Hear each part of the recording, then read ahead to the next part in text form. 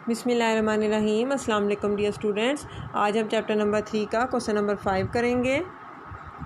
जी बच्चों, question number 5 है what is mean by natural environment, also right a note on the relationship between forest and human being. इस question के बच्चों 2 part हैं।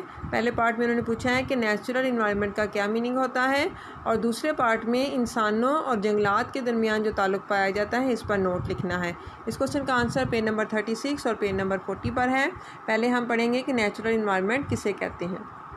जी बच्चों, इसके आंसर की रीडिंग करते हैं। Atmosphere, lithosphere, hydrosphere and biosphere collectively form the natural environment for the human being.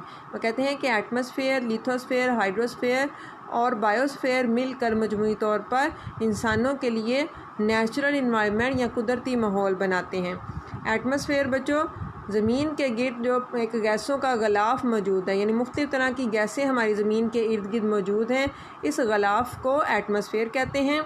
ज़मीन का जो लैंड पोर्शन है, यानी जो खुश्की वाला हिस्सा है, उसे लिथोस्फेयर कहते हैं, और ज़मीन के वाटर पोर्शन को यानी पानी वाले पोर्शन को हाइड्रोस्फेयर कहते हैं, और दुनिया के जिस हिस्से पर लाइफ एग्जिस्ट करती है उस हिस्से को बायोस्फेयर कहते हैं। तो ये तमाम अज्जा मिलकर इंसानों के लिए जो है मजमूई तौर पर कुदरती माहौल बनाते हैं।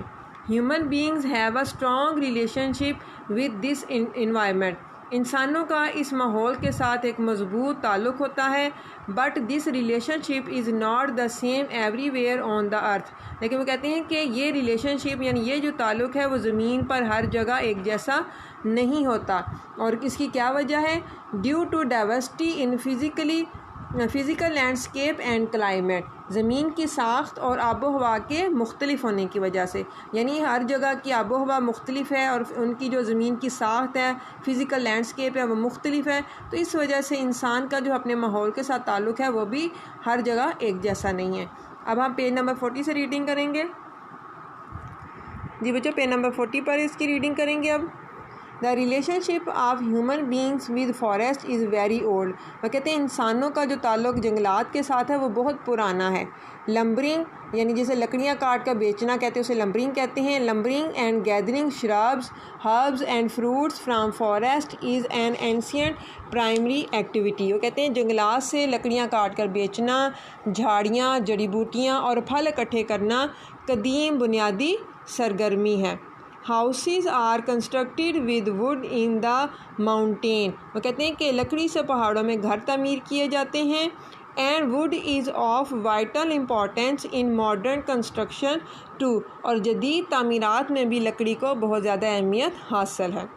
नेक्स्ट पॉइंट है बच्चों, forest not only enhance the beauty of natural environment. वो कहते हैं कि जंगलात जो हैं ना सिर्फ माहौल की खूबसूरती को इन्हांस करते हैं यानी माहौल की खूबसूरती को बढ़ाते हैं, but also the important source of oxygen, बल्कि ये ऑक्सीजन का एक अहम ज़रिया भी हैं।